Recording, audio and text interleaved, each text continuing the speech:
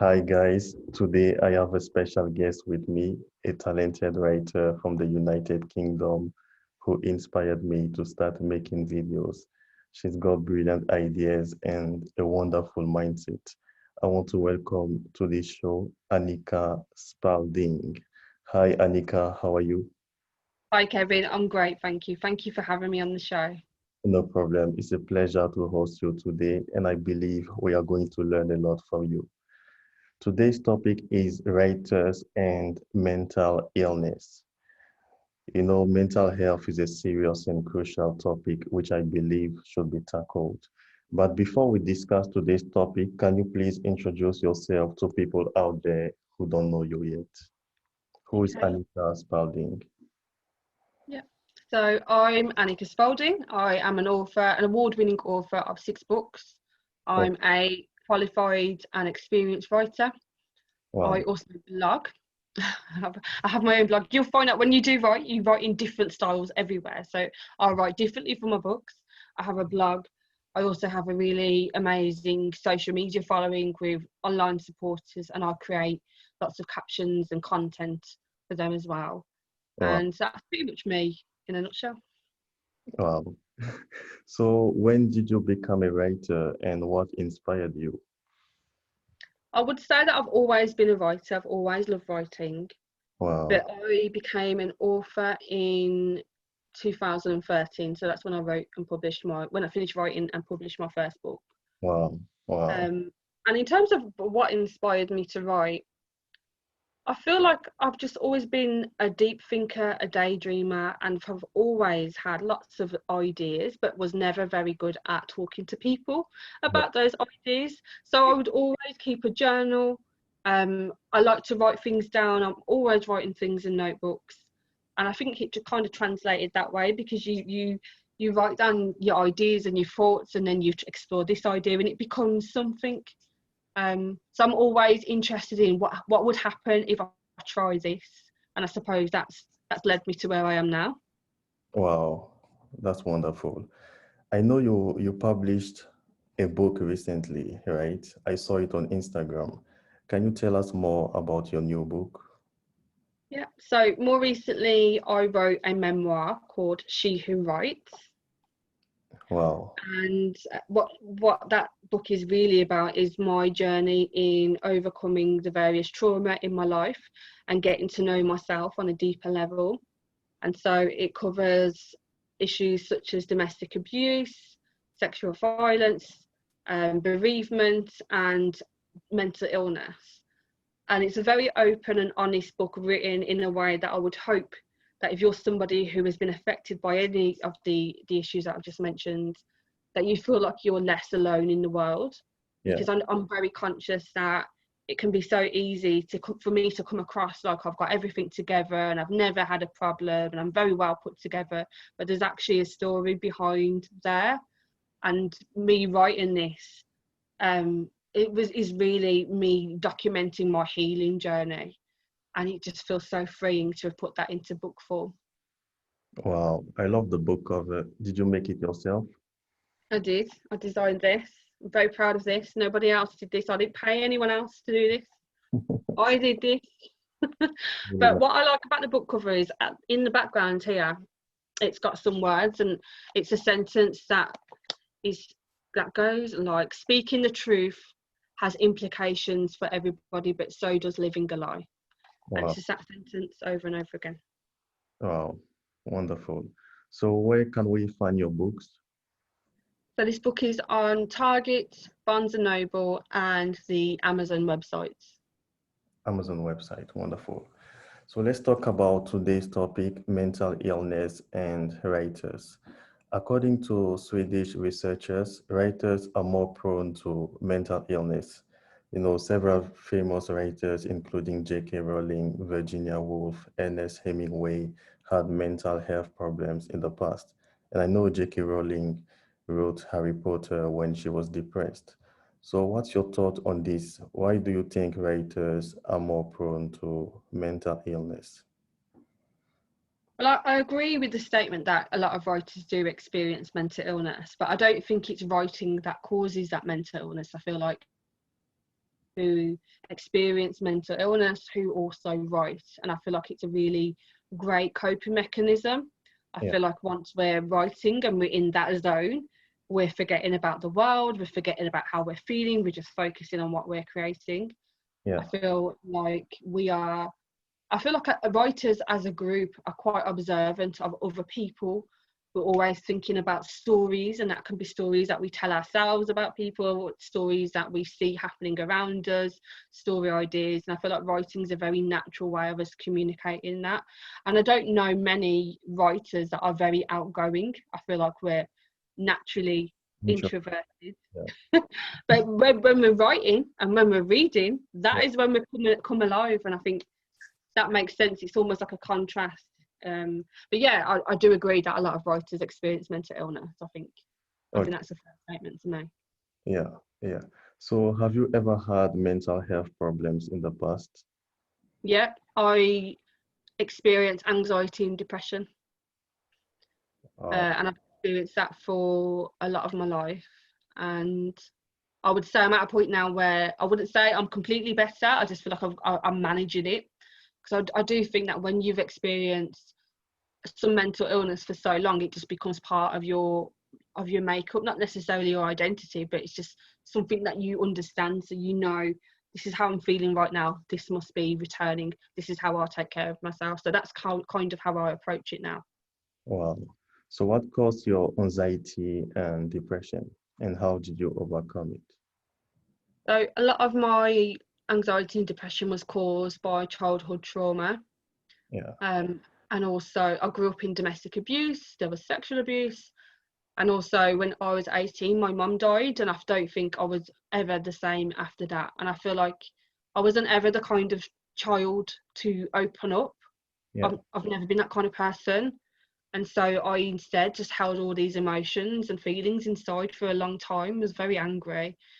And when we do that, that emotion doesn't go anywhere. We're still holding on to it. We're just filling up with all this undealt with trauma and our thoughts and our feelings and stuff. And I think I was in survival mode for a long time.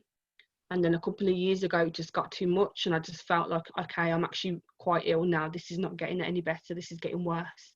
And the things that I would have normally done weren't helping me. And so that was the point. It was in 2018. That was the point in which I decided to go see my doctor, and then had support via counselling and also prescribed medication, all of which actually did make a big difference. Wow. So do you write better when you're anxious or depressed? I don't know. I'm actually not sure. um, I don't know. That is a very good question, though. I feel like when I am feeling very anxious, Yeah. if I write in my journal, Yeah. I will feel better afterwards. Okay. I don't know if the writing's better. I just know that it helps me feel better, if that makes sense, because I'm having an outlet. Okay. Yeah. You know, some people believe writing is a creative way to improve mental health. What's Mm. your thought on this? I agree with that. I've done workshops on connecting with your inner child, and Yeah. I've asked people attending to imagine that your inner child is sat opposite you in a chair and write a letter to your inner child and then read that letter out. And doing that is very comforting, and people have cried and people have been just so moved by it, because Yeah. they would never address themselves in that way. And that's all through the magic of their own words. That's not words that I've given them, that's words that they came up with. I think writing's it's magical, Yeah. for reasons like that. Yeah. So do you personally know a writer who's had mental illness in the past? I know writers that have mental illness still, Yeah. um, but they still write. It doesn't. It can, like, this is the thing with mental illness. It can stop you from doing whatever it is that you want to do. But Yeah. I know for so many writers that we feel better when we write. It's something else that we focus on. So I know a writer who experiences mental illness, and sometimes she's quite bad with it. But when she is working on her book, she's just finished writing 3 books, a series. Wow. When she focuses on writing, she's in that writing zone. Yeah. So it's almost like when you are in your writing zone, your mental health does not exist because you are in your writing zone. The world Wow. doesn't exist because you are writing right now. And I think that's how it helps people. But unless you're somebody who looks at writing in that way, you probably won't get to see it. So it's always nice to go to an event and facilitate a session or a workshop where you're getting just everyday people who aren't interested in writing to write, and then they experience the magic, and then you're like, this is what I've been talking about. How can writers avoid mental illness or preserve their mental health? Okay. I don't feel like mental illness is something to focus on avoiding simply because there's only so much you have control over. Yeah. You know, I can say I'm in a really good place today, but if something bad was to happen tomorrow, or I lost my job or something, that would all be external factors that contribute to my mental health. But that there are also factors that are outside of my control. So I feel like it's better to look at how can you take care of yourself wherever you are at, and Okay. take some responsibility for that in a sense. So, you know, have a really good understanding of what it is that normally makes you feel good. Sometimes what I've done is write a list of the very basics that I need to follow for when I'm not feeling so good, because when I'm really low, thinking of these things feels so exhausting. You just can't think of the basic things, you're just getting through the day. But if Yeah. you've got a list to follow, it's easier to do. So if I was to have my list, it would have listen to music that perhaps I grew up with, journal as often as I can in that day. It would be to order a takeaway because you know I ain't cooking, have a shower, and speak to friends. Just very simple things, but it's going to look different for everybody. So for some people, they might, you know, they might go running. They might go running around their local park, and that always makes them feel good. And I think it's about, don't just put these things in place when you're feeling low, just be taking care of yourself all the time, even in small ways. So making sure that you eat your meals, that you Yeah. get enough sleep, that you go out and have some fresh air every now and then, and that you do connect with people that care about you and that listen to you and value you.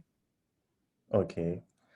And you know, studies have shown that writers are likely to commit suicide. You know, some famous writers like Virginia Woolf, Gerard de Nerval, Jack London, Walter Benjamin, John Berryman committed suicide in the past. So, what's your thought on this? I think that's quite interesting.